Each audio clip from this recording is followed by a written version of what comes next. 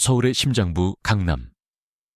그 화려한 스카이라인 아래 검은색 마이바흐 한 대가 눈에 띄지 않는 골목길에 조용히 멈추어 섰다.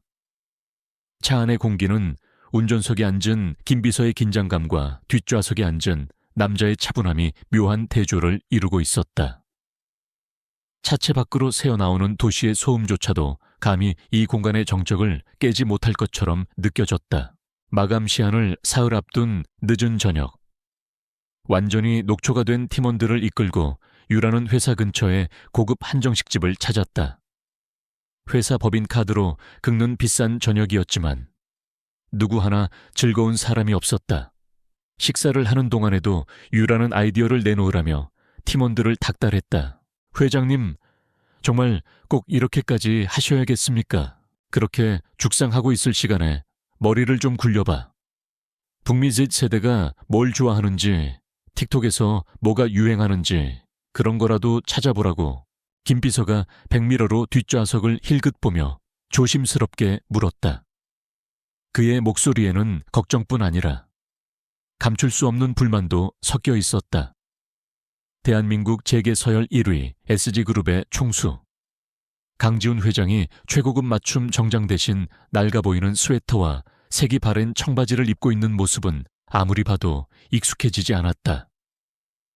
강지훈은 무심하게 손목에 채워진 값싼 전자시계를 만지작거리며 대답했다. 그의 손가락은 길고 섬세했지만 그가 만지고 있는 시계는 그의 손목에 묶인 시간처럼 평범하고 값쌌다. 그때 화장실에 가기 위해 잠시 자리에서 일어난 유라의 눈에 복도를 지나가는 한 무리의 사람들이 들어왔다.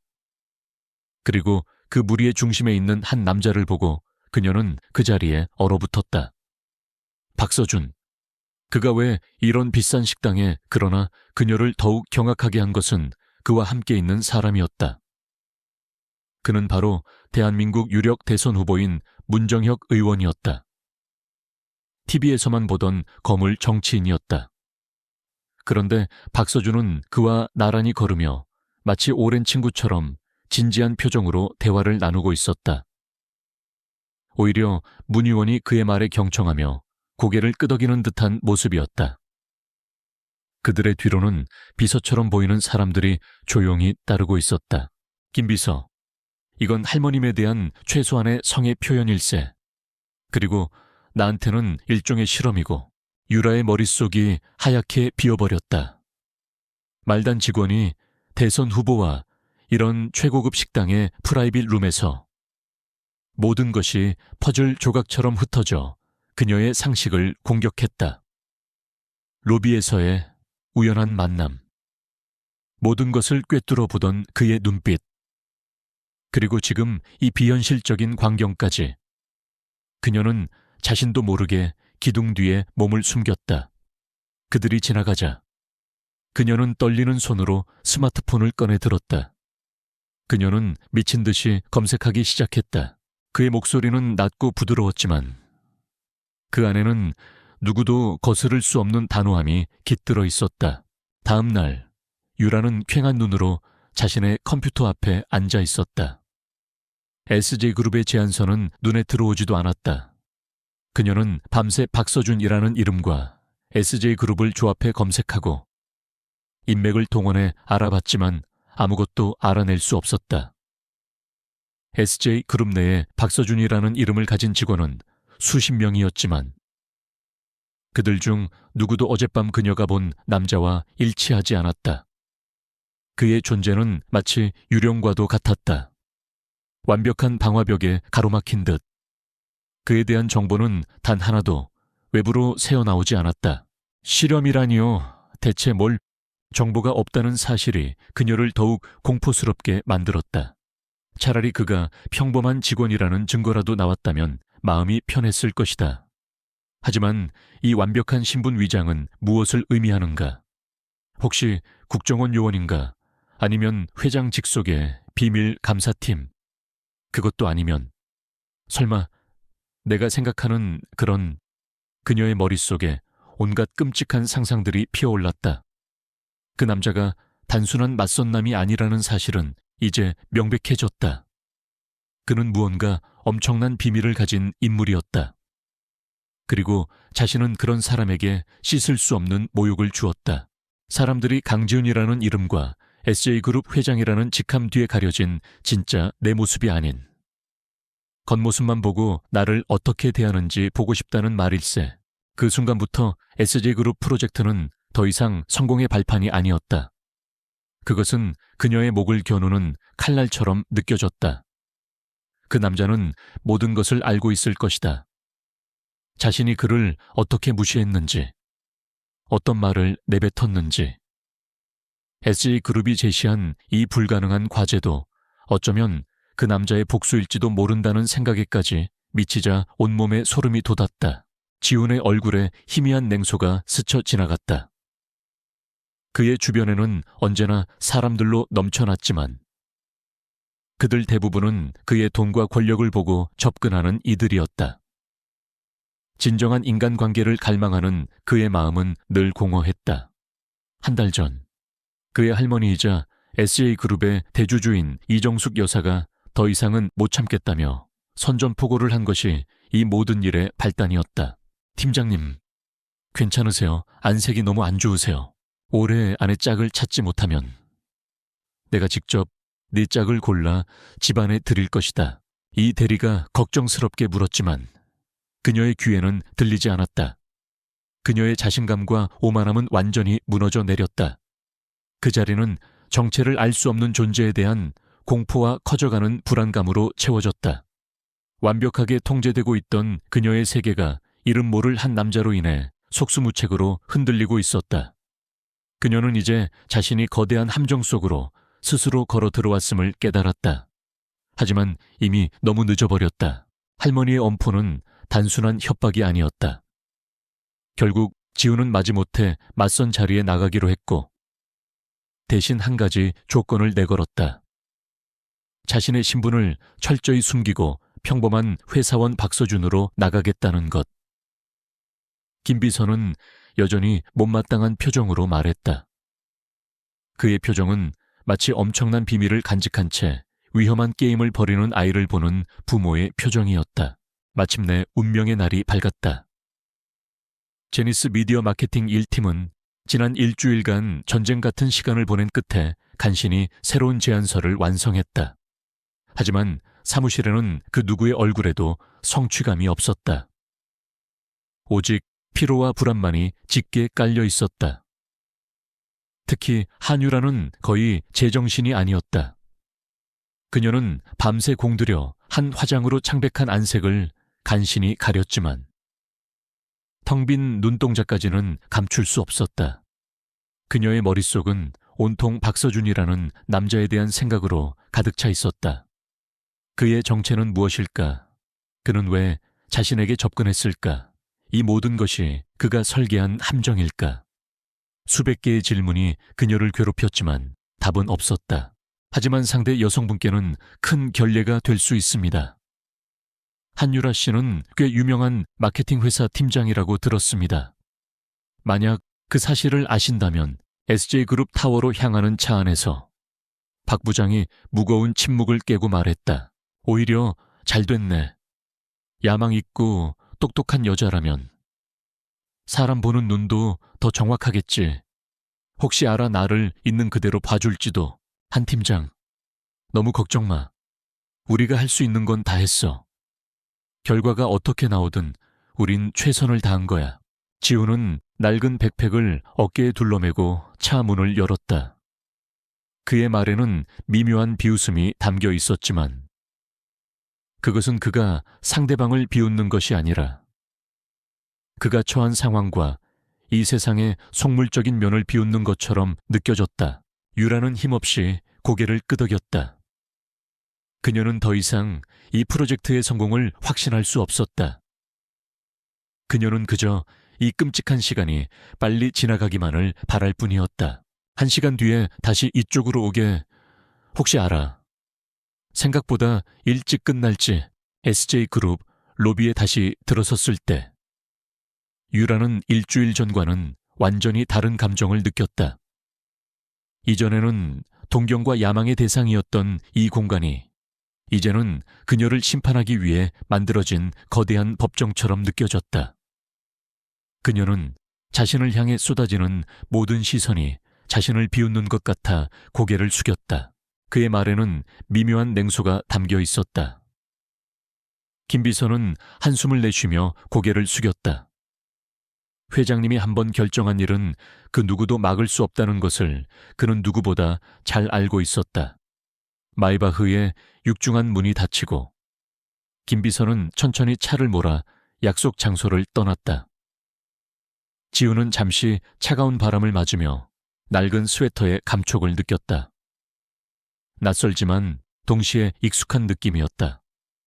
마치 그의 진짜 모습을 찾기 위한 여정이 이제 막 시작된 것처럼. 안내 직원은 그들을 지난번과 다른 엘리베이터로 안내했다. 약속 장소인 라보엠 카페는 강남의 중심에 위치한 최고급 카페였다. 높은 천장에는 화려한 샹들리에가 달려 있었고 공기 중에는 값비싼 원두의 향긋한 내음과 나지막한 클래식 음악이 감돌았다. 이곳을 찾는 손님들은 하나같이 값비싼 옷과 액세서리로 치장한 채 우아한 몸짓으로 대화를 나누고 있었다. 지우는 이 모든 풍경과 어울리지 않는 자신의 옷차림을 의식하며 안으로 들어섰다. 입구에 서 있던 직원은 잠시 그를 아래 위로 훑어보며 미심쩍은 표정을 지었지만 이내 예약자 명단에서 박서준이라는 이름을 확인하고는 마지못해 창가 자리로 안내했다. 이쪽으로 오십시오. 회의는 최고층에 있는 VVP 회의실에서 진행될 예정입니다. 창계는 이미 한 여자가 앉아 있었다. 한유라. 사진으로 본 것보다 훨씬 더 아름다운 여자였다. 몸에 완벽하게 맞는 세련된 흰색 원피스, 유명 브랜드의 가방, 그리고 섬세하게 세팅된 머리카락과 완벽한 화장까지. 그녀는 머리부터 발끝까지 성공한 도시 여성의 아우라를 뿜어내고 있었다. 그녀는 우아하게 커피잔을 들고 창밖을 내다보고 있었지만 그 눈빛은 어딘가 초조함과 기대를 담고 있었다. 마치 그녀의 모든 것이 이 맞선에 달려있는 것처럼. 내 VVP 회의실이요. 실무진 발표인데 왜 그런 곳에서. 지훈이 테이블로 다가가자 유라의 시선이 그에게로 향했다. 그리고 그 순간 그녀의 얼굴에 떠올랐던 희미한 미소가 순식간에 굳어버렸다. 그녀의 눈이 지훈의 머리부터 발끝까지 마치 스캐너처럼 훑고 지나갔다. 낡은 스웨터, 달아진 청바지, 싸구려 시계, 그리고 촌스러운 백팩. 그녀의 눈빛은 실망을 넘어 경멸과 혐오로 변해갔다. 그 눈빛은 마치 눈앞에 있는 것이 사람이 아니라 벌레인 것처럼 차가웠다. 박 부장이 놀라서 되물었다. 지우는 애써 태연한 척하며 먼저 인사를 건넸다. 경영진 몇 분께서 특별히 참석을 원하셨습니다. 안녕하세요. 박서준입니다. 한유라 씨 맞으시죠? 안내 직원은 무표정하게 대답했다. 그 말에 유라의 심장이 쿵 하고 내려앉았다. 경영진. 그 단어가 그녀의 뇌리를 망치처럼 때렸다. 불길한 예감이 온몸을 휘감았다. 엘리베이터가 부드럽게 상승하는 동안 그녀는 숨을 쉴 수조차 없었다. 유라는 대답 대신 차갑게 쏘아붙였다. 최고층에 위치한 VVP 회의실은 그 규모부터 압도적이었다. 거대한 통유리창 너머로 서울의 정형이 파노라마처럼 펼쳐져 있었고 방 중앙에는 수십 명이 앉을 수 있는 거대한 원목 테이블이 놓여 있었다. 이미 몇몇 중년 남성들이 자리에 앉아 서류를 검토하고 있었다. 그들의 풍채와 분위기만으로도 SJ그룹의 최고 임원이라는 것을 알 수 있었다. 유라와 박 부장은 안내받은 자리에 뻣뻣하게 굳은 채 앉았다. 회의실의 공기는 얼음장처럼 차갑고 무거웠다. 박 부장조차 긴장한 듯 마른 침을 삼켰다. 지금 장난하세요? 당신이 박서준 씨라고요.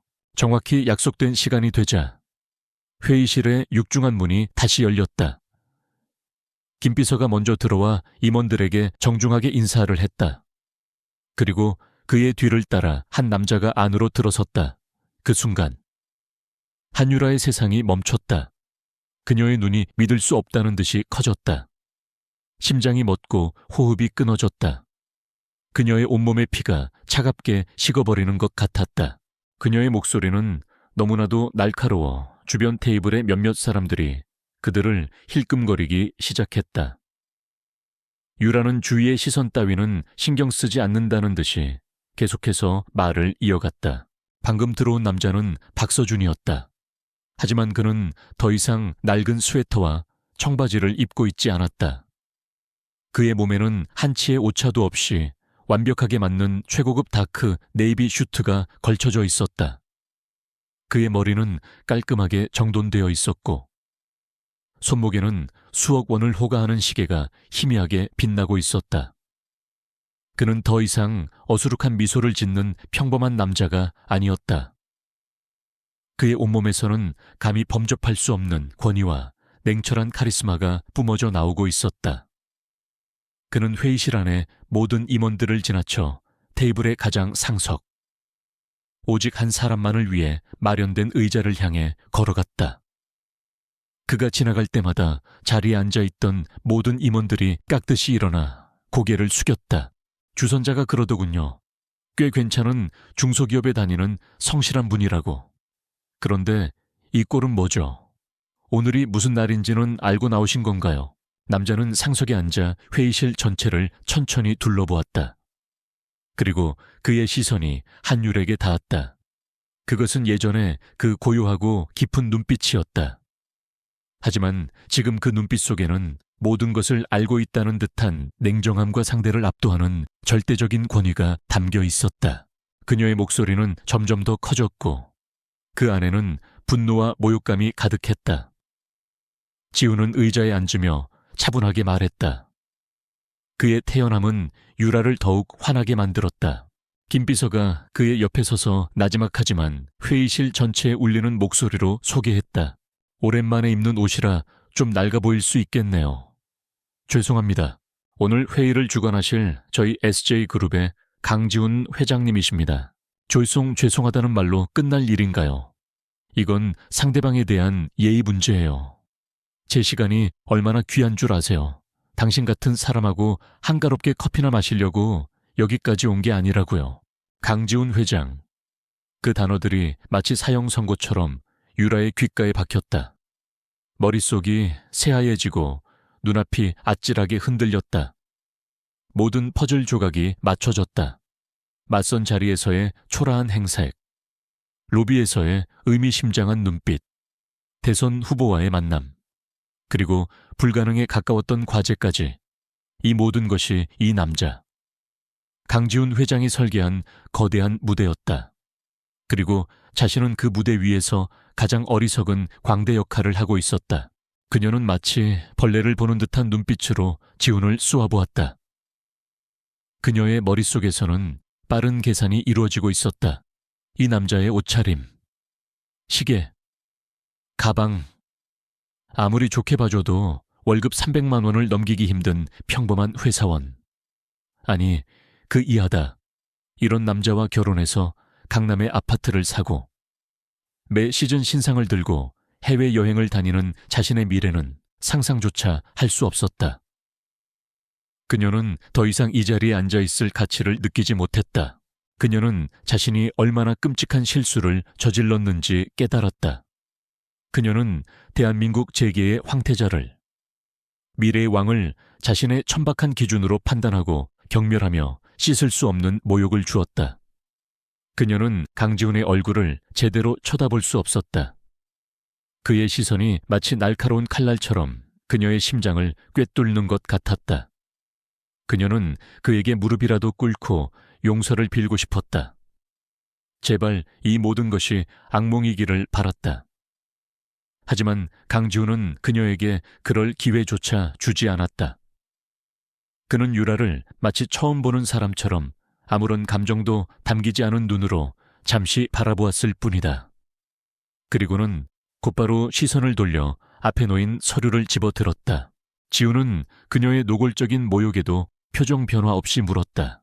그는 차갑고 사무적인 목소리로 회의의 시작을 알렸다. 제가 마음에 들지 않으시는 모양이군요. 시간이 되었으니 시작하죠. 제니스 미디어. 준비한 내용 발표해 주십시오. 마음에 들고 안 들고를 떠나서 우린 수준이 안 맞아요. 그의 목소리는 얼음처럼 차가웠다. 그 안에는 어떠한 사적인 감정도 담겨 있지 않았다. 오직 SJ그룹의 회장으로서 파트너가 될 자격이 있는지를 냉정하게 평가하겠다는 의지만이 담겨 있을 뿐이었다. 그 순간 한유라는 깨달았다. 모든 것이 끝났다는 것을. 그녀는 이제 막다른 골목에 몰린 사냥감에 불과했다. 그리고 그녀를 심판할 사냥꾼은 그녀가 가장 경멸했던 바로 그 남자였다. 진실은 가장 잔인한 방식으로, 가장 공개적인 장소에서 그녀가 도망칠 어떤 기회도 주지 않은 채 모습을 드러냈다.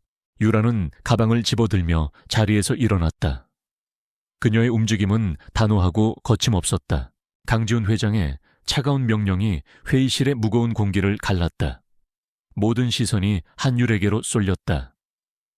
SJ그룹의 최고 임원들, 그리고 그녀의 옆에 앉아 마지막 희망을 걸고 있는 박 부장의 시선까지. 지금 이 순간 그녀는 제니스 미디어의 운명을 짊어지고 이 자리에 서 있었다. 하지만 그녀는 움직일 수 없었다. 그녀의 발은 바닥에 뿌리라도 내린 듯 꼼짝도 하지 않았고 손에 쥔 발표 자료는 땀으로 축축하게 젖어 들어갔다. 머릿속은 새하얗게 비어버려 지난 일주일간 밤을 새워 외웠던 모든 문장과 데이터들이 연기처럼 사라져버렸다. 눈앞의 남자는 더 이상 평가 대상이 아니었다. 그는 그녀의 죄를 심판하는 심판관이었고 그녀는 그의 앞에 선 죄인이었다. 더 이상 시간 낭비하고 싶지 않네요. 오늘 일은 없던 걸로 하죠. 그리고 주선자에게는 똑똑히 전하세요. 다시는 이런 식으로 사람 모욕하지 말라고요. 한 팀장, 그녀는 차가운 한마디를 내뱉고는 또각거리는 하이힐 소리를 남기며 미련 없이 카페를 떠났다. 그녀의 뒷모습은 얼음처럼 차갑고 당당했다. 그녀는 자신이 완벽한 승자라고 생각했을 것이다. 박 부장이 옆에서 다급하게 그녀를 불렀지만 그 목소리는 멀리서 들리는 것처럼 희미했다. 유라는 기계적으로 몸을 움직여 발표대 앞으로 걸어 나갔다.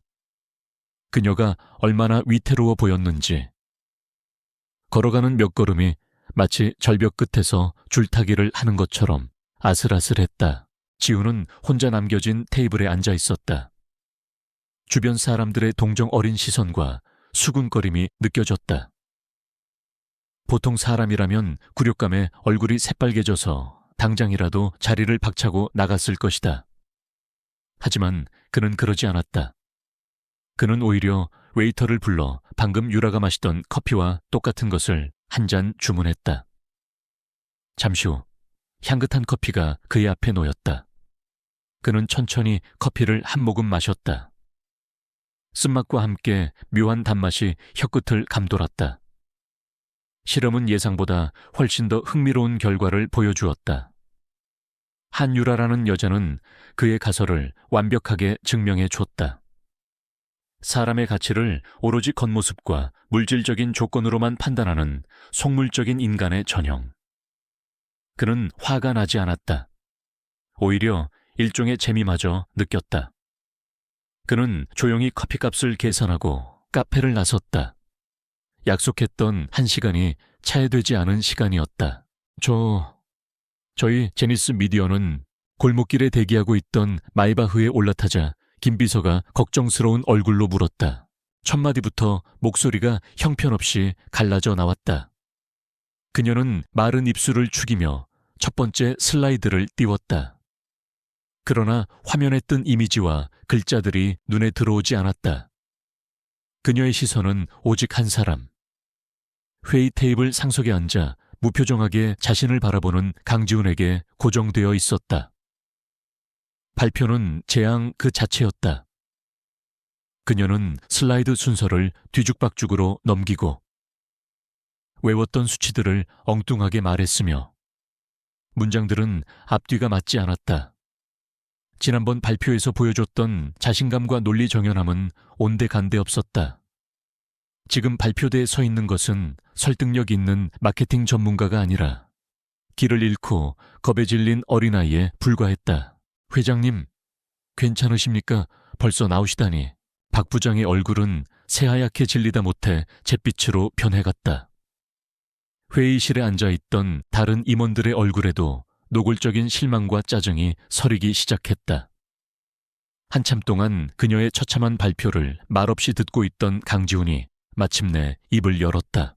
지훈은 낡은 백팩을 옆자리에 던지며 픽 웃었다. 잠깐만요. 괜찮고 말고 아주 유익한 시간이었네. 그의 나지막한 목소리에 유라의 발표가 뚝 끊겼다. 유가다니요. 12페이지의 데이터를 봅시다. 한유라, 아주 흥미로운 여자야. 다이아몬드 원석과 그냥 돌멩이를 전혀 구분하지 못하는군. 아니 어쩌면 그녀의 눈에는 반짝이는 가짜 보석이 진짜 다이아몬드보다 더 가치 있게 보이는 걸지도. 지훈은 서류를 넘기며 말했다. 그의 눈빛이 차갑게 빛났다. 오늘 겪은 일은 단순한 해프닝이 아니었다. 그것은 그의 마음속에 작은 파문을 일으켰다. 그리고 그 파문은 곧 거대한 파도가 되어 한 사람의 인생을 통째로 뒤흔들게 될 것이었다. 북미스의 세대 소비 패턴에 대한 이 데이터의 출처가 어디입니까? 저희 쪽에서 파악한 최신 정보와는 상당한 괴리가 있어 보이는군요. 회사로 돌아가지. 검토해야 할 서류가 있었지. 아마 제니스 미디어라는 회사의 제안서였던가. 그의 질문은 날카롭고 정확했다. 그것은 그녀가 마감에 쫓겨 검증되지 않은 인터넷 기사에서 급하게 긁어모은 데이터였다. 지훈이 나지막이 말했다. 김비서는 백미러로 보이는 지훈의 얼굴에서 서늘한 미소를 읽고는 저도 모르게 마른 침을 삼켰다. 그는 직감했다. 한유라라는 여자가 아주 큰 실수를 저질렀다는 것을, 그리고 그 실수의 대가는 상상 이상으로 혹독할 것이라는 것을. 그건 최신 트렌드를 반영한 차는 부드럽게 서울의 야경 속으로 미끄러져 들어갔다. 방금 전까지 평범한 회사원 박서준이었던 남자는 다시 대한민국을 움직이는 거대한 제국의 군주. SJ그룹 회진왕강 회장 강지훈으로 돌아와 있었다. 그의 머릿속에서는 이미 복잡한 계획이 그려지기 시작했다. 그것은 단순한 복수가 아니었다. 철저한 계산과 냉정한 이성으로 상대를 완벽하게 무너뜨리는 그만의 방식이었다. 한유라가 그토록 갈망하던 성공과 부의 세계. 그는 그녀가 그 세계의 정상에 얼마나 가까이 다가설 수 있는지, 그리고 가장 높은 곳에서 가장 비참한 곳으로 떨어지는 것이 어떤 기분인지를 직접 체험하게 해줄 생각이었다. 이것은 그가 그녀에게 베푸는 값비싼 수업이었다. 트렌드 말입니까? 다음 날 아침, 제니스 미디어 마케팅 1팀의 사무실은 살얼음판을 걷는 듯한 긴장감이 감돌았다. 사무실 중앙에 위치한 팀장석, 그곳에 앉은 한유라가 뿜어내는 냉기 때문이었다. 그녀는 어젯밤에 불쾌했던 맞선을 머릿속에서 지워버린 듯 일에만 완벽하게 몰두해 있었다. 그녀의 눈은 SJ그룹에 제출할 최종 제안서를 뚫어져라 쳐다보고 있었고, 아름다운 얼굴은 얼음처럼 차가웠다. 그녀의 표정은 마치 이 프로젝트를, 그녀의 모든 것을 걸고 반드시 따내야 할 전쟁처럼 여기는 듯했다. 지훈이 그녀의 말을 잘랐다. 이 대리, 제가 보기엔 2년 전 트렌드 같은데 한 팀장께서는 틱톡보다는 인스타그램을 더 선호하시는 모양이죠. 그녀의 나지막한 부름에 이 대리라고 불린 젊은 여직원이 화들짝 놀라 자리에서 일어났다. 그의 말은 빚는 듯했지만 목소리는 여전히 차가웠다. 회의실 안에서 낮은 실소가 터져나왔다. 유라의 얼굴이 화끈거렸다. 지훈의 질문은 계속되었다. 네 팀장님, 예산을 절반으로 줄이고 목표를 150% 달성할 수 있다는 근거는 대체 무엇입니까? 제안서에는 구체적인 실행 계획 대신 혁신적인 바이럴이나 MZ 세대의 감성 자극 같은 추상적인 문구들만 가득하군요. 이건 제안서가 아니라 희망사항에 가깝습니다. 우리가 제니스 미디어에 수십억을 투자하면서 그쪽의 희망사항에 기대를 걸어야 하는 이유라도 있습니까? 이거 본인이 작성한 부분 맞아요. 송곳 같은 질문이 쉴 새 없이 그녀의 허점을 파고들었다. 그녀가 급조한 논리의 모든 약점들이 벌거벗겨진 채 드러났다. 그녀는 아무런 대답도 할 수 없었다. 그저 죄송합니다. 그 부분은 같은 의미 없는 말들만 운걸거릴 뿐이었다. 결국 긴 침묵 끝에 그녀는 고개를 숙였다. 완전한 패배였다. 유라는 제안서의 한 페이지를 손가락으로 툭툭 치며 물었다. 그녀의 손가락 끝에는 완벽하게 관리된 붉은색 네일이 빛나고 있었다. 강지훈은 더 이상 그녀를 보지 않았다. 그는 앞에 놓인 제안서 파일을 탁 소리가 나게 닫았다. 그 소리가 마치 사형 집행을 알리는 소리처럼 회의실 전체에 울렸다. 네, 맞습니다. 제가 수고하셨습니다. 하지만 우리가 찾는 파트너의 수준에는 한참 미치지 못하는 것 같군요. 이만 돌아가 보셔도 좋습니다. 이 문장. 새로운 세대를 위한 혁신적인 접근. 너무 상투적이지 않아요. 이런 진부한 표현으로 SJ그룹의 똑똑한 임원들을 설득할 수 있을 거라고 생각해요. 그들은 대한민국에서 가장 창의적인 인재들이 모인 곳이야. 이런 초등학생 수준의 장문으로는 어림도 없어. 그것은 얼음처럼 차갑고 단호한 거절이었다. 더 이상의 질문도 변명의 여지도 없었다. 박 부장은 자리에서 벌떡 일어나 허리를 90도로 숙였다. 죄송합니다. 정말 죄송합니다. 회장님, 저희가 준비가 부족했습니다. 그는 거의 넋이 나간 상태인 유라의 팔을 거칠게 잡아 끌어 회의실 밖으로 나갔다. 문이 닫히는 순간까지 강지훈을 포함한 그 누구도 그들에게 눈길 한 번 주지 않았다. 그녀의 목소리는 조용했지만 사무실 전체에 울릴 만큼 날카로웠다. 이 대리의 얼굴이 하얗게 질렸다. 주변의 팀원들은 감히 고개도 들지 못한 채 자신의 모니터만 쳐다보고 있었다. 이것이 한유라의 업무 방식이었다. 목표를 위해서라면 과정에서 누가 상처를 입든 신경 쓰지 않았다. 오직 결과. 완벽한 결과만이 그녀에게 중요했다. 회의실 박복도. 유라는 벽에 기댄 채 주저앉아 있었다. 그녀의 완벽했던 세상은 산산조각이 났다. 박 부장은 안절부절 못하며 그녀의 주위를 맴돌다가 결국 화를 터뜨렸다. 도대체 어떻게 된 거야? 한 팀장 평소에 반만했어도 이 지경은 아니었을 거 아니야. 회사 얼굴에 똥칠을 해도 유분수지. 오늘 점심시간까지 이 부분 완전히 새롭게 뜯어서 가져와요. 내 마음에 들지 않으면 밤을 새워서라도 다시 해야 할 줄 알아요. 알겠어요. 하지만 유에게는 그의 분노 섞인 목소리가 들리지 않았다. 그때 회의실 문이 다시 열리고 임원들이 나오기 시작했다. 그리고 그들 사이로 강지훈이 김비서와 대화를 나누며 걸어 나왔다. 이것이 마지막 기회였다. 유라는 자신도 모르게 자리에서 일어나 그를 향해 달려갔다. 네, 알겠습니다. 팀장님, 회장님, 강지훈 회장님 잠시만요. 이 대리가 거의 울먹이며 대답하고 자리로 돌아가자. 유라는 다시 제안서로 시선을 돌렸다. 그녀의 머릿속은 온통 SJ그룹 프로젝트를 따낼 생각으로 가득 차 있었다. 이 프로젝트는 그녀에게 단순한 실적 그 이상이었다. 중산층 가정에서 자라 악착같이 공부해 명문대를 졸업하고 치열한 경쟁을 뚫고 이 자리까지 왔다. 하지만 그녀는 만족할 수 없었다. 그녀는 더 높은 곳, 아무나 넘볼 수 없는 상류층의 세계로 진입하고 싶었다. 그리고 SJ그룹 프로젝트는 그 세계로 들어가는 황금 티켓이었다. 그녀의 절박한 외침에 복도를 지나가던 몇몇 사람들이 쳐다보았다. 그녀는 강지훈의 앞을 가로막고 무릎이라도 꿇을 기세로 애원했다. 제가 정말 잘못했습니다. 제가 회장님을 못 알아보고 정말 죽을 죄를 지었습니다. 제발 한 번만 용서해 주십시오. 그녀의 얼굴은 눈물과 콧물, 마스카라가 뒤범벅이 되어 엉망이었다. 그녀가 그토록 지키고 싶었던 마지막 자존심마저 내팽개친 처절한 모습이었다. 문득 어젯밤에 그 남자가 떠올랐다.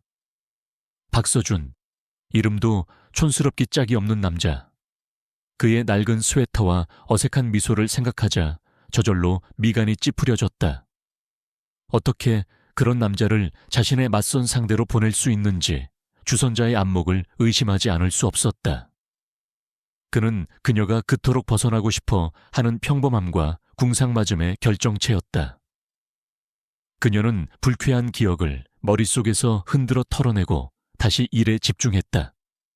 그녀에게 중요한 것은 현실이었다. 그리고 그녀의 현실은 SJ그룹과의 계약에 달려 있었다. 하지만 강지훈은 그녀를 쳐다보지도 않았다. 그는 마치 그녀가 그 자리에 없는 투명 인간인 것처럼 김비서와의 대화를 이어갔다. 김비서, 사람이나 기업이나 기본이 가장 중요한 법일세. 겉만 번지르르한 건 결국 속이 비기 마련이지. 다음 일정은 뭐지?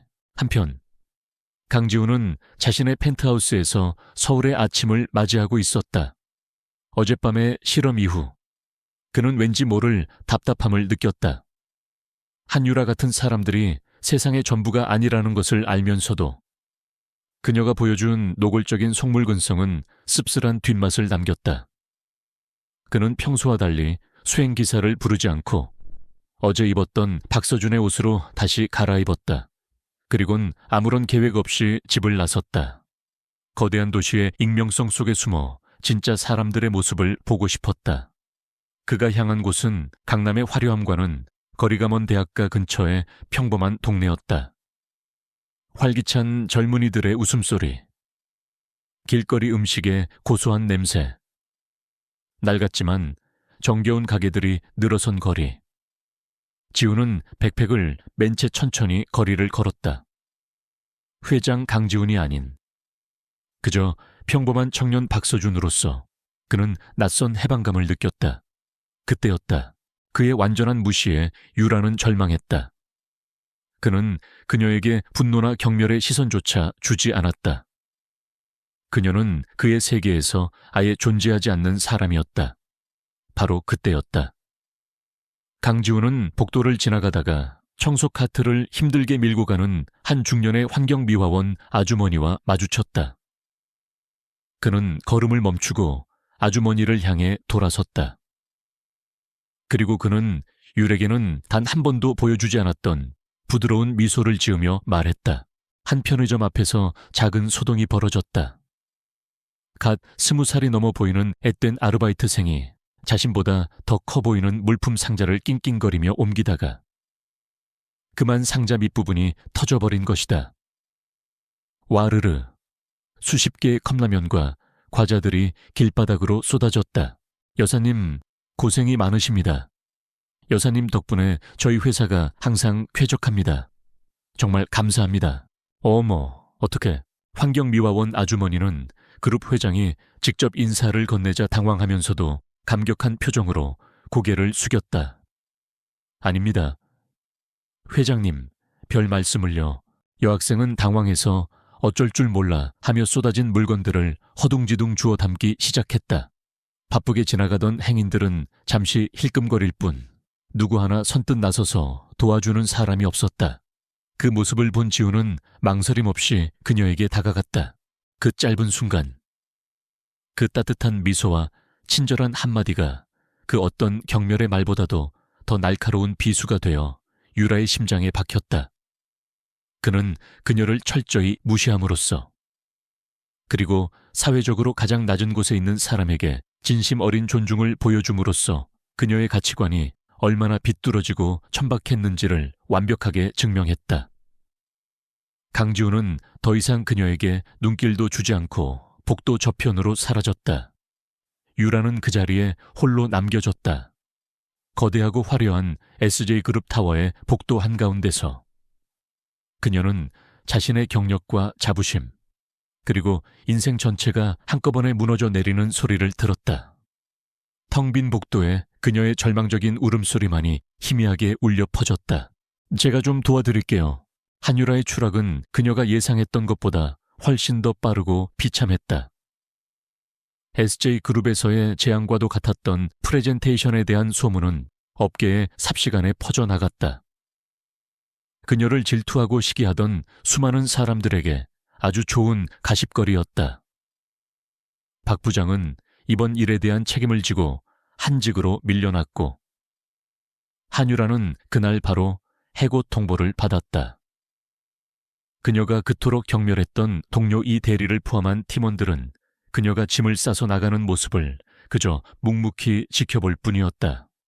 그들의 눈에는 동정심보다는 일종의 해방감이 서려 있었다. 그들은 그녀의 독선과 오만함에 지쳐 있었다. 그는 말없이 쪼그리고 앉아 흩어진 물건들을 하나씩 줍기 시작했다. 그의 갑작스러운 등장에 여학생은 놀란 눈으로 그를 쳐다보았다. 한때 업계의 샛별로 불렸던 그녀에게 이직은 쉬울 것이라 생각했지만 현실은 냉혹했다. SJ그룹 향 회장의 눈밖에 난 인재를, 그것도 인성에 심각한 결함이 있다는 소문이 파단 사람을 받아줄 회사는 아무데도 없었다. 그녀가 그토록 의지했던 인맥들은 하나둘씩 연락을 피했고, 성공을 보고 모여들었던 친구들은 신기루처럼 사라졌다. 그녀의 삶은 마치 거대한 모래성처럼 순식간에 무너져 내렸다. 아니에요. 괜찮아요. 저 혼자 할 수 있는데 결국 그녀는 비싼 월세의 오피스텔에서 나와야 했고, 애지중지하던 명품 가방과 옷들을 헐값에 팔아야 했다. 그녀의 화려했던 과거는 이제 단지 낡은 사진첩 속의 추억일 뿐이었다. 혼자 하는 것보다 둘이 하는 게 빠르죠. 몇 달 뒤, 서울의 한 번화가 늦은 밤, 고깃집 불판을 닫고 무거운 음식물 쓰레기를 나르는 한 여자가 있었다. 바로 한유라였다. 기름때 묻은 유니폼, 질끈 묶은 머리, 화장기 없는 얼굴. 그녀에게서 예전에 화려하고 도도했던 모습은 찾아볼 수 없었다. 그녀의 손은 거칠어졌고 몸은 피로에 절어 있었다. 매일 반복되는 고된 노동은 그녀의 영혼마저 갉아먹는 듯했다. 지훈은 부드럽게 미소 지으며 능숙하게 물건들을 주워 모았다. 그의 친절하고 차분한 태도에 여학생도 긴장을 풀고 함께 물건을 담기 시작했다. 그녀의 이름표에는 김민서라는 이름이 적혀 있었다. 어느 늦은 밤, 가게 정리를 마치고 홀로 앉아 식은 밥을 먹던 그녀는 창밖을 보았다. 젊은 연인 한 쌍이 소박한 길거리 음식을 나눠 먹으며 행복하게 웃고 있었다. 그들의 소박한 행복은 그녀가 한때 소유했던 모든 것보다 더 값져 보였다. 그 모습을 보는 순간 그녀의 눈에서 뜨거운 눈물이 흘러내렸다. 그녀는 이제야 깨달았다. 자신이 그토록 추구했던 부와 성공이 얼마나 텅 빈 껍데기였는지를. 정말 감사합니다. 다들 그냥 지나가시는데 그녀의 오만함과 경멸은 사실 자신의 내면 깊숙한 곳에 자리한 열등감과 불안감을 감추기 위한 발악에 불과했다. 그녀는 사람의 가치를 돈과 지위로 판단했지만 정작 자기 자신이야말로 가장 가치 없는 인간이었다. 강지훈에게 줬던 모욕은 결국 자기 자신에게 던진 돌멩이였다. 그 뼈아픈 깨달음은 너무나도 늦게 찾아왔고 그녀가 앞으로 걸어가야 할 길은 멀고도 험난할 것이다. 그것이 그녀가 받아야 할 온전한 죗값이었다. 그녀는 자신이 뿌린 씨앗의 열매를 거두고 있었다. 민서는 흙이 묻은 과자 봉지를 털며 멋쩍게 웃었다.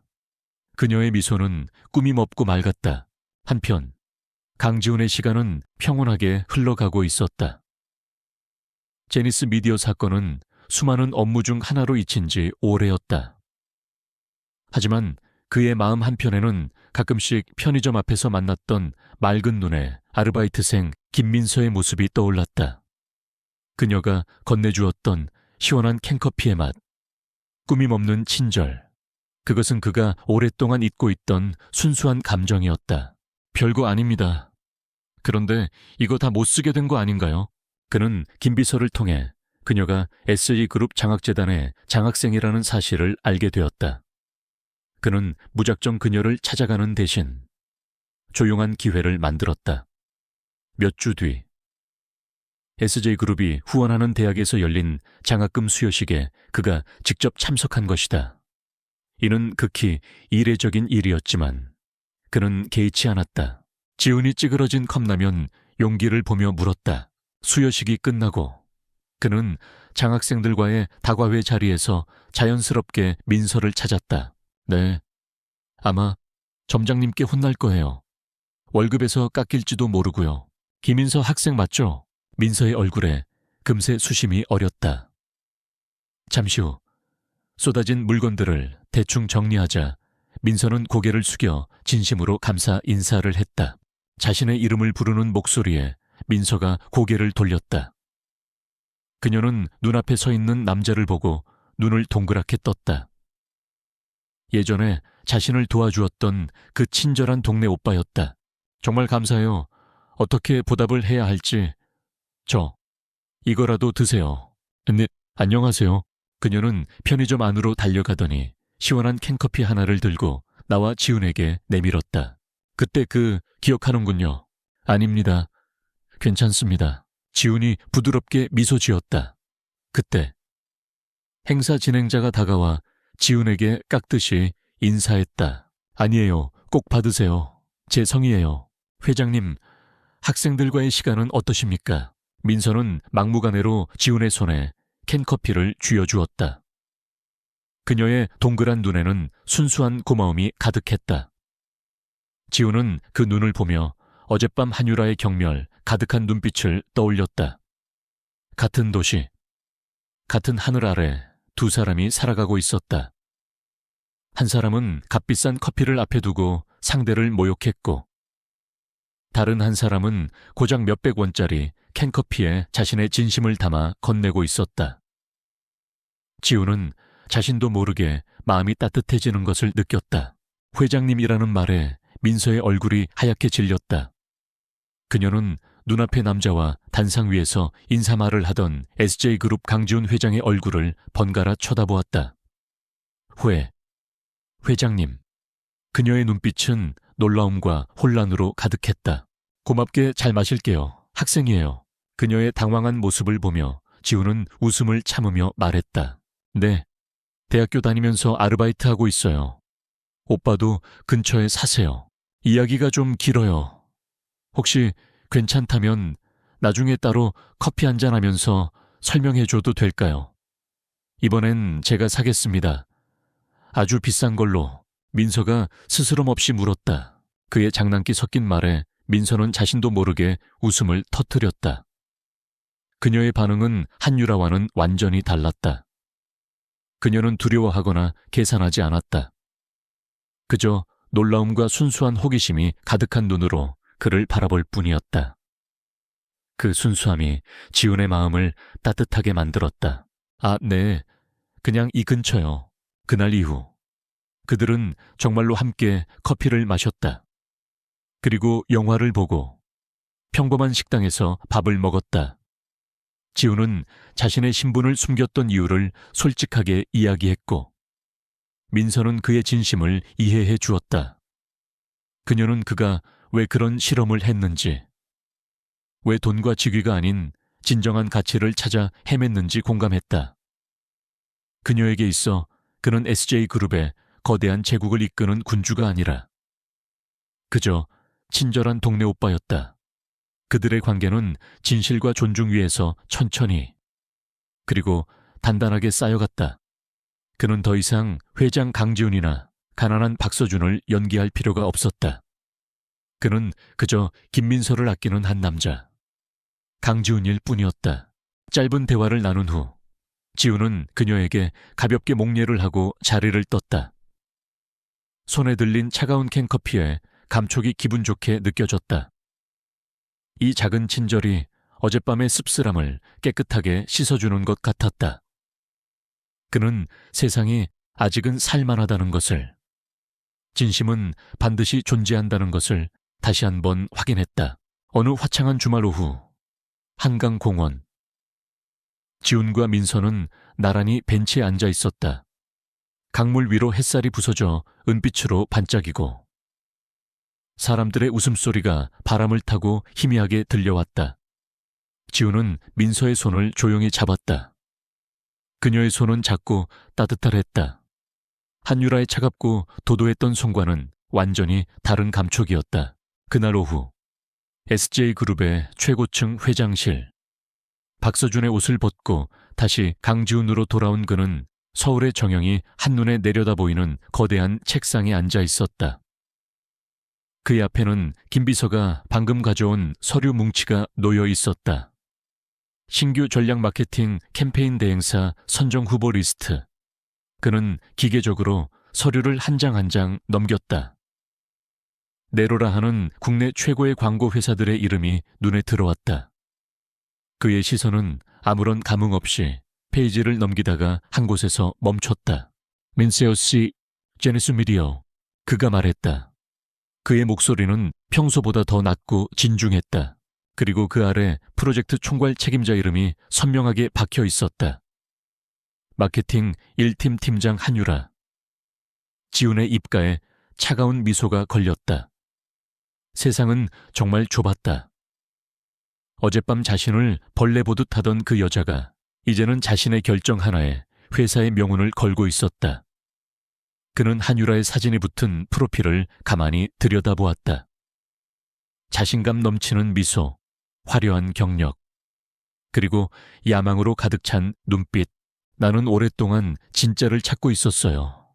반짝이는 가짜들 속에서 변하지 않는 진짜 가치를.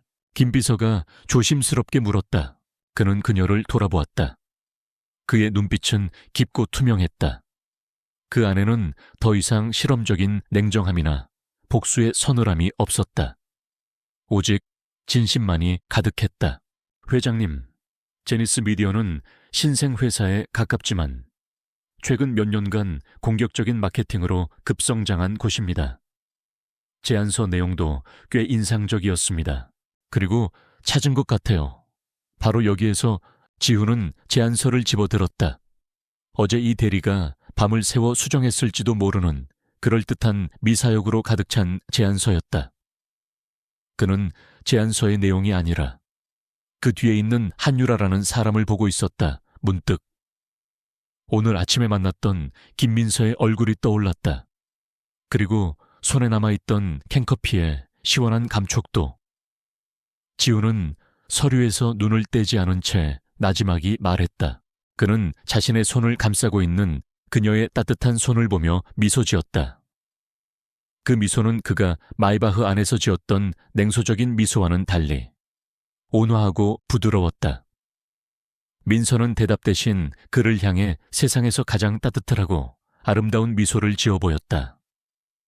그 미소는 한강의 햇살처럼 눈부셨고 그녀의 순수함이 그대로 담겨 있었다. 김비서, 그 순간 지훈은 비로소 깨달았다. 그가 그토록 찾아 헤매던 세상 가장 귀한 보석은 화려한 다이아몬드나 값비싼 루비가 아니었다. 그것은 처음부터 가장 평범하고 소박한 모습으로 그의 곁에 있었다. 한유라가 끝내 알아보지 못하고 짓밟아버린 그 가치를 그는 마침내 품에 안을 수 있게 되었다. 네니 회장님, 그는 민서에게 기대어 앉아 눈을 감았다. 따뜻한 햇살과 부드러운 바람, 그리고 곁에 있는 사랑하는 사람. 이것이 그가 진정으로 원했던 행복이었다. SJ그룹의 회장으로서 누릴 수 있는 모든 부와 명예도 이 순간의 평온함과 바꿀 수는 없었다. 한율에게 보여주려 했던 가혹한 수업은 이미 오래전에 끝이 났다. 그리고 그 대가로 그는 자신의 삶에서 가장 값진 것을 얻었다. 제니스 미디어 1차 서류 심사 통과시키게 몇 달 뒤 SJ그룹이 후원하는 대학에서 열린 졸업식. 강지훈은 가장 조용한 자리에서 민서의 졸업을 축하해 주었다. 그녀가 학사모를 던지며 환하게 웃는 모습을 보며 그의 입계도 자연스럽게 미소가 번졌다. 한유라가 그토록 원했던 화려한 성공의 길은 그녀에게 고통과 좌절만을 안겨주었지만 민서는 자신의 꿈과 노력을 통해 진정한 성취를 이루었다. 그리고 그녀의 곁에는 그녀의 가치를 진심으로 알아주는 한 남자가 있었다. 김비서의 얼굴에 놀란 기색이 스쳤다. 그는 회장님이 당연히 그 회사를 탈락시킬 것이라고 생각했다. 강지우는 민서에게 다가가 따뜻하게 그녀를 안아주었다. 그리고 그녀의 귓가에 조용히 속삭였다. 그리고 다음 주에 있을 프레젠테이션. 내가 직접 참석하겠다고 전하게. 졸업 축하해요. 내 사랑. 그것은 아주 이례적인 일이었다. 이런 실무적인 프레젠테이션에 그룹 회장이 직접 참석하는 경우는 거의 없었다. 김비서는 무언가 심상치 않은 일이 벌어질 것임을 직감했다. 지우는 다시 창밖으로 시선을 돌렸다. 수많은 빌딩 숲 너머에서 한유라는 자신의 제안서가 통과되었다는 소식에 기뻐하고 있을 것이다. 그녀는 자신의 능력으로 얻어낸 결과라고 믿으며 더 큰 성공을 꿈꿀 것이다. 지우는 그녀가 그 꿈에 한 발짝 더 다가설 수 있도록 길을 열어줄 생각이었다. 가장 높은 곳에 올랐을 때 자신이 딛고 있는 땅이 얼마나 허약한 기반 위에서 있었는지를 깨닫게 해주기 위해서 진정한 가치를 알아보지 못한 눈이 얼마나 어리석은지를 그녀 스스로 처절하게 느끼게 해줄 생각이었다. 이것은 단순한 복수가 아니었다. 그가 그녀에게 베푸는 값비싼 수업이었다. 두 사람의 눈빛은 서로에 대한 깊은 신뢰와 사랑으로 가득 차 있었다. 그들의 이야기는 이제 막 시작이었다. 단순한 동화 같은 이야기가 아닌 현실의 모든 무게를 견뎌내고 피어난 진실된 사랑 이야기. 일주일 후 제니스 미디어 사무실은 축제 분위기였다. SJ그룹으로부터 1차 서류 심사를 통과했다는 공식 이메일이 도착했기 때문이다. 그것도 단순한 통보가 아닌 다음 주에 있을 실무 프레젠테이션에 대한 상세한 안내가 담긴 메일이었다. 이 소식은 마케팅 1팀원들 사이에서 들불처럼 번져나갔다. 그들의 얼굴에는 피로와 불안 대신 흥분과 기대가 가득했다. 그들 모두는 자신들이 불가능해 보이는 벽을 하나 넘었다고 믿었다. 그들의 행복은 한유라의 비참한 몰락과 극명한 대조를 이루며 이 세상의 진정한 가치가 어디에 있는지를 말해주고 있었다. 겉으로 보이는 화려함이 아닌 내면의 아름다움과 진실된 마음. 그것이야말로 그 어떤 보석보다도 빛나는 가치라는 것을 팀장님 해냈어요. 우리가 해냈다고요. 한유라의 추락은 그녀가 예상했던 것보다 훨씬 더 빠르고 비참했다. SJ그룹에서의 재앙과도 같았던 프레젠테이션에 대한 소문은 업계에 삽시간에 퍼져나갔다. 그녀를 질투하고 시기하던 수많은 사람들에게 아주 좋은 가십거리였다. 박 부장은 이번 일에 대한 책임을 지고 한직으로 밀려났고 한유라는 그날 바로 해고 통보를 받았다. 그녀가 그토록 경멸했던 동료 이 대리를 포함한 팀원들은 그녀가 짐을 싸서 나가는 모습을 그저 묵묵히 지켜볼 뿐이었다. 그들의 눈에는 동정심보다는 일종의 해방감이 서려 있었다. 그들은 그녀의 독선과 오만함에 지쳐 있었다. 이 대리가 거의 비명을 지르며 자리에서 벌떡 일어났다. 그 소리에 사무실의 모든 직원들이 환호성을 지르며 한율에게 시선을 돌렸다. 박수 소리가 터져 나왔다. 유라는 의자에 기댄 채 모든 찬사를 당연하다는 듯이 받으며 만족스러운 미소를 지었다. 그녀의 심장 박동은 격렬하게 울리고 있었다. 그것은 성취감과 승리감, 그리고 그녀의 야망이 현실로 다가오고 있다는 흥분 때문이었다. 한때 업계의 샛별로 불렸던 그녀에게 이직은 쉬울 것이라 생각했지만 현실은 냉혹했다. SJ그룹 회장의 눈밖에 난 인재를, 그것도 인성에 심각한 결함이 있다는 소문이 파다한 사람을 받아줄 회사는 아무데도 없었다. 그녀가 그토록 의지했던 인맥들은 하나둘씩 연락을 피했고 성공을 보고 모여들었던 친구들은 신기루처럼 사라졌다. 그녀의 삶은 마치 거대한 모래성처럼 순식간에 무너져 내렸다. 다들 수고했어요. 하지만 이제 시작일 뿐이에요.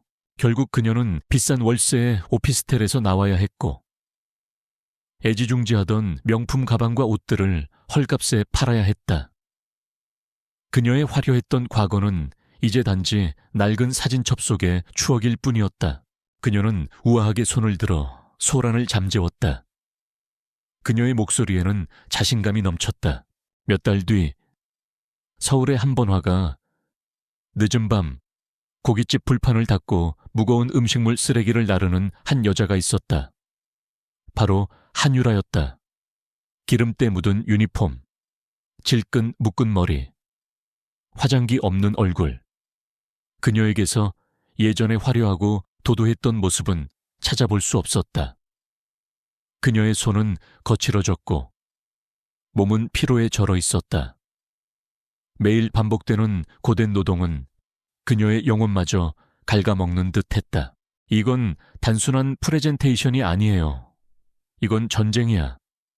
우리가 저 수많은 쟁쟁한 경쟁사들을 뚫고 SG그룹의 파트너가 될 수 있다는 걸 증명할 기회라고요. 그러니 한치의 실수도 용납할 수 없어요. 오늘부터 발표 전날까지 비상체제로 돌입합니다. 모두 가고 단단히 하세요. 어느 늦은 밤 가게 정리를 마치고 홀로 앉아 식은 밥을 먹던 그녀는 창밖을 보았다. 젊은 연인 한 쌍이 소박한 길거리 음식을 나눠 먹으며 행복하게 웃고 있었다. 그들의 소박한 행복은 그녀가 한때 소유했던 모든 것보다 더 값져 보였다. 그 모습을 보는 순간 그녀의 눈에서 뜨거운 눈물이 흘러내렸다. 그녀는 이제야 깨달았다. 자신이 그토록 추구했던 부와 성공이 얼마나 텅 빈 껍데기였는지를. 그녀의 선언에 팀원들의 얼굴에 다시 긴장감이 감돌았다. 하지만 그 긴장감 속에는 흥분과 기대가 섞여 있었다. 한유라 팀장과 함께라면 불가능해 보였던 SJ그룹의 벽을 넘을 수 있을지도 모른다는 희망. 유라는 그들의 신뢰와 기대를 즐겼다. 그녀는 이 프로젝트를 성공시켜 자신의 가치를 증명하고 이 지긋지긋한 중소기업을 떠나 더 큰 무대로 나아갈 것이다. 그녀의 야망은 불타오르고 있었다. 그녀의 오만함과 경멸은 사실 자신의 내면 깊숙한 곳에 자리한 열등감과 불안감을 감추기 위한 발악에 불과했다. 그녀는 사람의 가치를 돈과 지위로 판단했지만 정작 자기 자신이야말로 가장 가치 없는 인간이었다. 강지훈에게 줬던 모욕은 결국 자기 자신에게 던진 돌멩이였다. 그 뼈아픈 깨달음은 너무나도 늦게 찾아왔고 그녀가 앞으로 걸어가야 할 길은 멀고도 험난할 것이다. 그것이 그녀가 받아야 할 온전한 죗값이었다. 그녀는 자신이 뿌린 씨앗의 열매를 거두고 있었다. 프레젠테이션 당일 한유라는 그녀의 상사인 박 부장과 함께 SJ그룹 타워 로비에 들어섰다. 눈앞에 펼쳐진 광경에 그녀는 잠시 숨을 삼켰다. 끝없이 펼쳐진 새하얀 대리석 바닥, 높은 천장을 가로지르는 거대한 미디어 아트, 그리고 조용하지만 분주하게 움직이는 직원들. 모든 것이 압도적인 위엄과 세련미를 뿜어내고 있었다.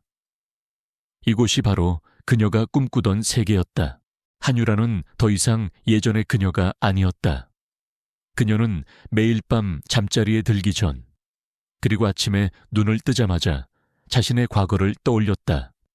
화려했던 커리어, 빛나던 명함, 그리고 강지훈을 향해 쏟아냈던 경멸의 시선과 말들.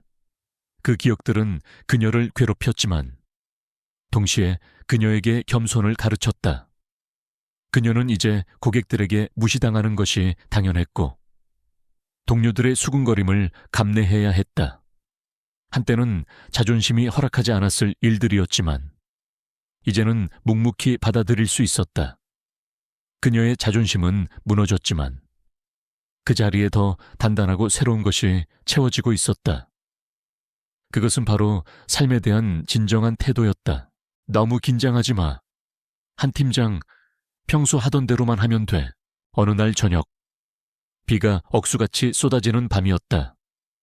평소보다 손님이 적어 가게는 한산했고 유라는 홀로 주방에서 설거지를 하고 있었다. 빗소리가 시끄럽게 창문을 두드렸고 그녀의 마음속에도 씁쓸한 감정이 일렁였다. 그때 가게 문이 열리며 2명의 남자가 들어왔다. 한 명은 중년의 외국인이었고 다른 한 명은 유라는 숨이 멎는 듯했다. 박 부장이 그녀의 어깨를 툭 치며 격려했다. 강지훈이었다. 그는 최고급 맞춤 정장 대신 편안한 캐주얼 차림이었지만 그의 존재감은 여전히 압도적이었다. 그는 외국인 파트너와 함께 구석 테이블에 자리를 잡고 앉았다. 유라는 얼른 고개를 숙이고 주방 안쪽으로 몸을 숨기려 했다. 심장이 미친 듯이 뛰었다. 제발 나를 알아보지 못하게 해달라. 그녀는 그를 다시 마주할 용기가 없었다. 지난번 SJ그룹에서의 재앙적인 만남이 생생하게 떠올랐다. 그녀는 그에게 용서를 빌었지만 그는 그녀를 투명 인간처럼 취급했다. 그 모욕감은 아직도 그녀의 가슴에 깊은 상처로 남아있었다. 걱정 마십시오. 부장님, 완벽하게 준비했습니다. 하지만 강지훈은 그녀를 알아보았다. 그가 가게에 들어서자마자 그의 눈은 유에게 향했다. 그의 시선은 잠시 머물렀지만 이내 그는 아무렇지도 않은 듯 파트너와 대화를 이어갔다. 그의 얼굴에는 어떤 감정도 읽히지 않았다. 유라는 떨리는 손으로 행주를 쥐고 그들의 주문을 받는 동료의 움직임을 지켜보았다. 다행히 그녀의 동료는 강지훈이 누군지 알지 못했다. 유라는 턱을 치켜들며 대답했다. 그녀는 오늘을 위해 지난 일주일을 거의 밤샘으로 보냈다. 발표 자료의 모든 단어, 모든 이미지를 직접 검토하고 수정했다. 그녀의 발표는 완벽할 것이었다. 회의는 34층에 위치한 회의실에서 진행되었다. SJ그룹 측에서는 마케팅팀 팀장과 실무진 몇 명이 참석했다. 예상했던 대로 회장이나 임원급은 보이지 않았다. 하지만 유라는 실망하지 않았다. 실무진의 마음을 사로잡는 것이 첫 번째 관문이었다. 프레젠테이션은 물 흐르듯 순조롭게 진행되었다. 유라는 특유의 설득력 있는 목소리와 자신감 넘치는 태도로 청중을 사로잡았다. 그녀는 제니스 미디어의 강점과 이번 캠페인을 위한 혁신적인 아이디어들을 막힘없이 설명했다. SJ그룹 실무진들은 날카로운 질문을 던졌지만 유라는 당황하지 않고 모든 질문에 논리 정연하게 답변했다. 회의가 끝나자 SJ그룹의 팀장이 만족스러운 표정으로 말했다. 그는 여전히 그가 가진 모든 것을 숨기지 않아. 그는 다만 내가 알아보지 못했을 뿐이야. 인상적인 발표였습니다. 한유라 팀장님, 내부적으로 긍정적으로 검토한 후 연락드리겠습니다. 그녀는 그를 경멸하고 모욕했던 과거의 자신을 다시 한번 마주했다. 그날의 그녀는 그의 겉모습만 보고 모든 것을 판단했다. 그녀는 그가 가진 진정한 가치를 보지 못했다. 그리고 지금 그녀가 서 있는 곳은 그가 앉아 있는 테이블과 너무나도 멀었다. 그 거리는 단순한 물리적 거리가 아니라 가치관과 인격의 심연이었다.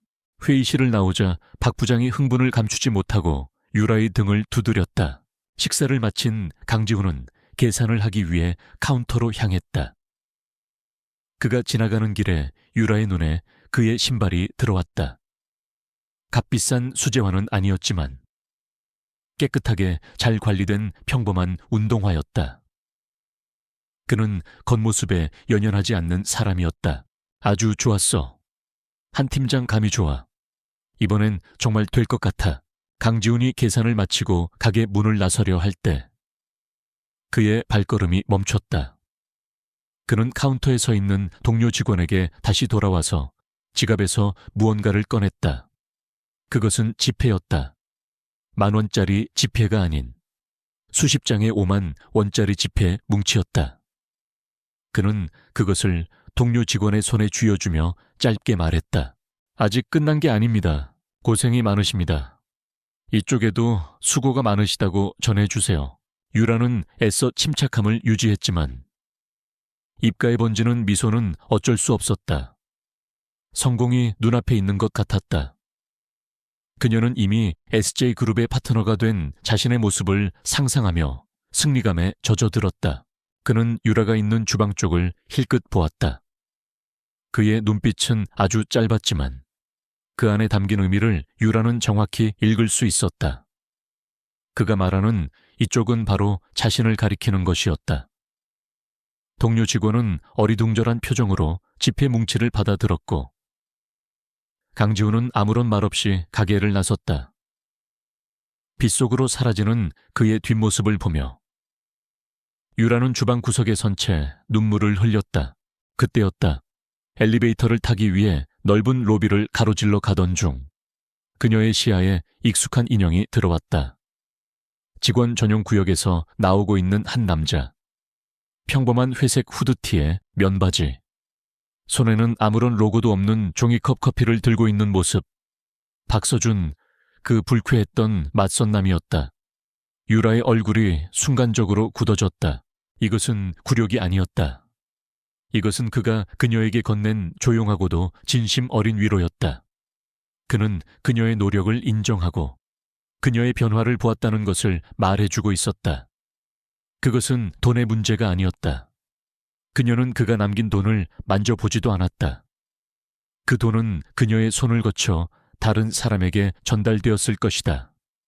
하지만 그녀는 그가 남긴 의미를 가슴 깊이 새겼다. 그가 건넨 것은 돈이 아니라 너의 삶도 가치 있다는 진심 어린 메시지였다. 그것은 그녀가 한때 멸시했던 소박한 삶의 가치를 그에게서 다시 한번 배우는 순간이었다. 그녀는 이제 강지훈을 증오하지 않았다. 오히려 그에게 깊은 감사함을 느꼈다. 그가 없었다면 그녀는 영원히 자신의 오만함과 얄팍함 속에 갇혀 살았을 것이다. 저 남자가 왜 여기에? 한편 강지훈의 시간은 평온하게 흘러가고 있었다. 제니스 미디어 사건은 수많은 업무 중 하나로 잊힌 지 오래였다. 하지만 그의 마음 한편에는 가끔씩 편의점 앞에서 만났던 맑은 눈의 아르바이트생 김민서의 모습이 떠올랐다. 그녀가 건네주었던 시원한 캔커피의 맛, 꾸밈 없는 친절. 그것은 그가 오랫동안 잊고 있던 순수한 감정이었다. 그녀의 머릿속이 빠르게 회전했다. 아, SJ그룹 직원이라고 했었지. 그녀는 코웃음을 쳤다. 저런 옷차림새를 보니 기껏해야 청소나 시설 관리, 아니면 우편물을 배달하는 말단 직원일 것이다. 감히 이런 신성한 곳에서 저런 남자와 마주치다니. 오늘 완벽했던 하루의 5점을 남긴 기분이었다. 그녀의 속물적인 자존심이 고개를 들었다. 그녀는 이 남자가 자신을 알아보고 비굴한 표정을 짓거나 혹은 자신을 부러워하는 모습을 보고 싶었다. 그는 김비서를 통해 그녀가 SJ그룹 장학재단의 장학생이라는 사실을 알게 되었다. 그는 무작정 그녀를 찾아가는 대신 조용한 기회를 만들었다. 몇 주 뒤 SJ그룹이 후원하는 대학에서 열린 장학금 수여식에 그가 직접 참석한 것이다. 이는 극히 이례적인 일이었지만 그는 개의치 않았다. 그의 눈은 오직 그녀를 찾는 데에만 집중되어 있었다. 그녀는 일부러 박 부장과 큰 소리로 대화하며 그에게 다가갔다. 수여식이 끝나고 그는 장학생들과의 다과회 자리에서 자연스럽게 민서를 찾았다. 부장님, 다음 단계는 아마 임원진 보고가 될 겁니다. 그때는 더 철저하게. 김인서 학생 맞죠? 그녀의 목소리가 들렸는지 남자가 고개를 돌렸다. 둘의 시선이 허공에서 마주쳤다. 유라는 기다렸다는 듯이 경멸과 조소를 가득 담은 목소리로 말했다. 자신의 이름을 부르는 목소리에 민서가 고개를 돌렸다. 그녀는 눈앞에 서 있는 남자를 보고 눈을 동그랗게 떴다. 예전에 자신을 도와주었던 그 친절한 동네 오빠였다. 어머, 세상 참 좁네. 이런 데서 다 보네. 아이네, 안녕하세요. 그녀는 그를 위아래로 훑어보며 비웃음을 날렸다. 그때 기억하는군요. 여기서 일하는구나. 하긴 대기업 다니면 월급은 꼬박꼬박 잘 나오겠네. 열심히 해. 지훈이 부드럽게 미소 지었다. 그때 행사 진행자가 다가와 지훈에게 깍듯이 인사했다. 그것은 명백한 조롱이었다. 무시와 경멸이 뚝뚝 묻어나는 말. 그녀는 그가 당황하며 얼굴을 붉히거나 화를 내거나 혹은 변명이라도 하기를 기대했다. 하지만 그의 반응은 완전히 예상을 빗나갔다. 강지훈은 아무런 표정 변화 없이 그녀를 가만히 응시했다. 그의 눈은 환하지도 당황하지도 않았다. 그저 깊고 고요했다. 마치 거대한 호수처럼 그녀의 유치한 돌멩이 하나쯤은 아무런 파문도 일으키지 못한다는 듯이. 그의 시선은 그녀의 화려한 옷과 비싼 가방, 자신감 넘치는 표정을 꿰뚫고 그 안에 있는 불안하고 천박한 속내를 들여다보는 것 같았다. 유라는 자신도 모르게 움찔했다. 회장님, 학생들과의 시간은 어떠십니까? 왜 저런 눈으로 쳐다보는 거지? 회장님이라는 말에 민서의 얼굴이 하얗게 질렸다. 그녀는 눈앞의 남자와 단상 위에서 인사말을 하던 SJ그룹 강지훈 회장의 얼굴을 번갈아 쳐다보았다. 회장님 그녀의 눈빛은 놀라움과 혼란으로 가득했다. 그녀의 입술이 미세하게 떨려왔다. 지훈은 아무 말도 하지 않았다. 그는 그저 아주 희미하게, 거의 알아차릴 수 없을 정도로 고개를 까딱했다. 그것은 인사가 아니었다. 네가 하는 짓을 잘 보고 있다는 무언의 신호 같았다. 그리고 그는 그대로 몸을 돌려 아무 일도 없었다는 듯이 유유히 로비 저편으로 사라졌다. 그의 뒷모습을 보며 유라는 얼어붙은 듯 서 있었다. 예상했던 통쾌함 대신 등골을 타고 서늘한 한기가 흘렀다. 뭔가 이상했다. 말단 직원이 보여줄 수 있는 태도가 아니었다. 저 압도적인 평온함, 모든 것을 꿰뚫어 보는 듯한 눈빛. 그것은 자신을 모욕한 상대를 대하는 태도가 아니라 철없는 아이의 장난을 지켜보는 어른의 그것과 같았다. 그녀의 당황한 모습을 보며 지훈은 웃음을 참으며 말했다. 한 팀장, 왜 그래 아는 사람이야. 이야기가 좀 길어요. 혹시 괜찮다면 나중에 따로 커피 한잔 하면서 설명해줘도 될까요? 이번엔 제가 사겠습니다. 아주 비싼 걸로. 박 부장의 목소리에 유라는 화들짝 정신을 차렸다. 그의 장난기 섞인 말에 민서는 자신도 모르게 웃음을 터뜨렸다. 그녀의 반응은 한유라와는 완전히 달랐다. 그녀는 두려워하거나 계산하지 않았다. 그저 놀라움과 순수한 호기심이 가득한 눈으로 그를 바라볼 뿐이었다. 그 순수함이 지훈의 마음을 따뜻하게 만들었다. 아닙니다. 그냥 예전에 잠깐 스쳐 지나간 사람입니다. 그날 이후 그들은 정말로 함께 커피를 마셨다. 그리고 영화를 보고 평범한 식당에서 밥을 먹었다. 지훈은 자신의 신분을 숨겼던 이유를 솔직하게 이야기했고 민서는 그의 진심을 이해해 주었다. 그녀는 그가 왜 그런 실험을 했는지, 왜 돈과 직위가 아닌 진정한 가치를 찾아 헤맸는지 공감했다. 그녀에게 있어 그는 SJ그룹의 거대한 제국을 이끄는 군주가 아니라 그저 친절한 동네 오빠였다. 그들의 관계는 진실과 존중 위에서 천천히 그리고 단단하게 쌓여갔다. 그는 더 이상 회장 강지훈이나 가난한 박서준을 연기할 필요가 없었다. 그는 그저 김민서를 아끼는 한 남자, 강지훈일 뿐이었다. 그녀는 애써 아무렇지 않은 척 대답했지만 심장은 이유 없이 쿵쾅거렸다. 방금 전까지 세상을 다 가진 듯했던 자신감은 온데간데 없었다. 대신 그 자리에 작고 차가운 의심의 씨앗이 심어졌다. 어느 화창한 주말 오후 한강공원, 지훈과 민서는 나란히 벤치에 앉아 있었다. 강물 위로 햇살이 부서져 은빛으로 반짝이고 사람들의 웃음소리가 바람을 타고 희미하게 들려왔다. 지우는 민서의 손을 조용히 잡았다. 그녀의 손은 작고 따뜻했다. 한유라의 차갑고 도도했던 손과는 완전히 다른 감촉이었다. 대체 누구지 저 남자? 민서 씨. 엘리베이터를 타고 내려가는 내내 그녀는 지훈의 그 깊고 고요한 눈빛을 머릿속에서 떨쳐낼 수가 없었다. 처음으로 그녀의 완벽한 세계에 작은 균열이 가기 시작했다. 그가 말했다. 그의 목소리는 평소보다 더 낮고 진중했다. SJ그룹에서의 성공적인 1차 프레젠테이션이 끝난 지 이틀 후 제니스 미디어에는 또 한 통의 이메일이 도착했다. 발신인은 SJ그룹 마케팅 팀이었다. 한유라는 승리감에 도취되어 여유롭게 메일을 열었다. 그녀는 이미 자신들이 다음 단계로 나아갈 것이라고 확신하고 있었다. 그러나 내용을 확인하는 순간 그녀의 얼굴은 하얗게 굳어버렸다. 메일의 내용은 칭찬으로 시작했지만 그 뒤에 따라온 것은 상상을 초월하는 요구 사항이었다. 나는 오랫동안 진짜를 찾고 있었어요. 반짝이는 가짜들 속에서 변하지 않는 진짜 가치를. 한유라 팀장님의 발표는 매우 인상적이었습니다.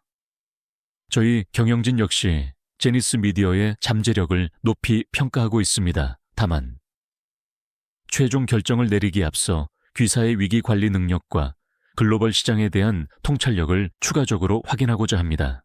일주일 뒤 기존 제안을 완전히 뒤엎고 북미 C세대를 타겟으로 한 새로운 디지털 캠페인 전략을 발표해 주시기 바랍니다.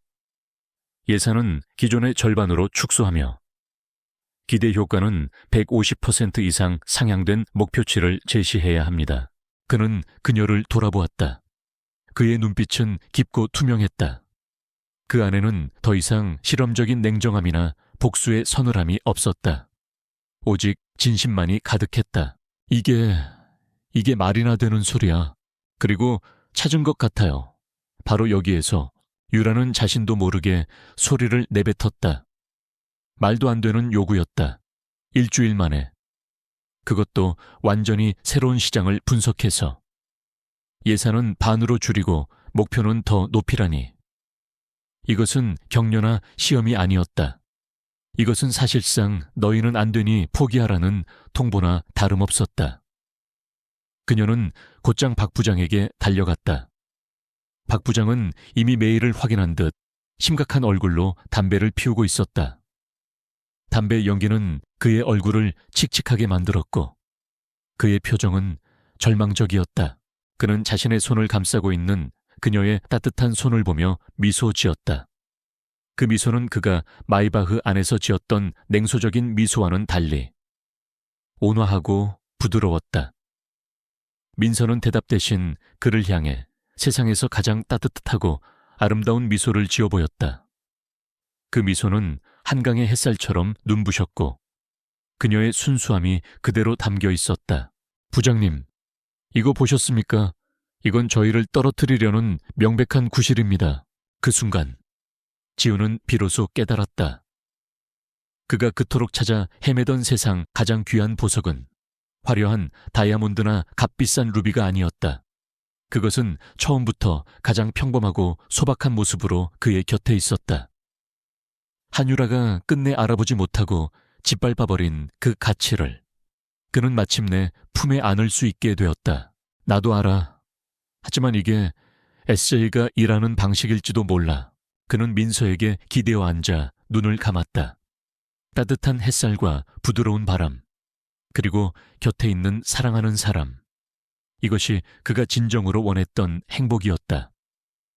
SJ그룹의 회장으로서 누릴 수 있는 모든 부와 명예도 이 순간의 평온함과 바꿀 수는 없었다. 한율에게 보여주려 했던 가혹한 수업은 이미 오래전에 끝이 났다. 그리고 그 대가로 그는 자신의 삶에서 가장 값진 것을 얻었다. 박 부장이 씁쓸하게 말했다. 몇 달 뒤 SG그룹이 후원하는 대학에서 열린 졸업식. 강지훈은 가장 조용한 자리에서 민서의 졸업을 축하해 주었다. 그녀가 학사모를 던지며 환하게 웃는 모습을 보며 그의 입계도 자연스럽게 미소가 번졌다. 한유라가 그토록 원했던 화려한 성공의 길은 그녀에게 고통과 좌절만을 안겨주었지만 민서는 자신의 꿈과 노력을 통해 진정한 성취를 이루었다. 그리고 그녀의 곁에는 그녀의 가치를 진심으로 알아주는 한 남자가 있었다. 대기업들은 그냥 일 잘하는 파트너를 원하지 않아. 불가능을 가능하게 만드는 파트너를 원하지. 이건 우리에게 주어진 마지막 시험이야. 한 팀장, 여기서 포기하면 우린 영원히 삼류로 남는 거고, 만약 이걸 해내면 역사가 바뀌는 거지. 강지훈은 민서에게 다가가 따뜻하게 그녀를 안아주었다. 그리고 그녀의 귓가에 조용히 속삭였다. 박 부장의 말에 유라는 입술을 깨물었다. 그녀에게 후퇴란 없었다. 그녀는 다시 자리로 돌아와 팀원들을 소집했다. 그녀의 눈에는 도끼가 서려 있었다. 졸업 축하해요. 내 사랑, 상황은 다들 들었을 테니 긴 말 안 한다. 지금부터 일주일. 우린 집에도 못 가. 잠도 여기서 자고 밥도 여기서 먹는다. 불가능 세상에 불가능은 없어. 무능력만 있을 뿐이야. 이 프로젝트에 목숨 걸어. 못하겠는 사람 지금 당장 짐 싸서 나가도 좋아. 대신 여기서 살아남는 사람은 내가 책임지고 최고의 대우를 받게 해주지. 두 사람의 눈빛은 서로에 대한 깊은 신뢰와 사랑으로 가득 차 있었다. 그들의 이야기는 이제 막 시작이었다. 단순한 동화 같은 이야기가 아닌 현실의 모든 무게를 견뎌내고 피어난 진실된 사랑 이야기. 그녀의 선언에 팀원들은 충격과 함께 긴장감을 느꼈다. 그날부터 마케팅 1팀은 지옥으로 변했다. 유라는 폭군처럼 팀을 몰아붙였다. 밤샘은 기본이었고 작은 실수 하나에도 불호령이 떨어졌다. 사무실에는 커피와 에너지 드링크 냄새, 그리고 팀원들의 지친 한숨소리만 가득했다. 이 대리는 수시로 화장실에서 눈물을 훔쳤고 다른 팀원들도 유령처럼 창백한 얼굴로 좀비처럼 일했다. 유라 자신도 거의 잠을 자지 못했지만 SJ그룹에 대한 집념과 알 수 없는 불안감이 그녀를 버티게 했다. 로비에서 마주쳤던 박서준의 그 알 수 없는 눈빛이 계속해서 그녀의 뇌리를 떠나지 않았다. 그것은 마치 그녀를 감시하고 있는 것 같은 끔찍한 착각을 불러일으켰다. 그들의 행복은 한유라의 비참한 몰락과 극명한 대조를 이루며 이 세상의 진정한 가치가 어디에 있는지를 말해주고 있었다. 겉으로 보이는 화려함이 아닌 내면의 아름다움과 진실된 마음. 그것이야말로 그 어떤 보석보다도 빛나는 가치라는 것을 식사가 진행되는 내내 유라는 주방 안에서 초조하게 그를 지켜보았다. 그는 때로는 진지하게, 때로는 편안한 미소를 지으며 외국인 파트너와 대화했다. 그는 예전의 차갑고 날카로운 분위기 대신 훨씬 더 여유롭고 부드러워 보였다. 그때 그녀의 눈에 문득 그의 손목에 채워진 시계가 들어왔다. 값싼 전자시계가 아니었다. 그녀가 한눈에 봐도 수억 원을 호가하는 명품 시계였다.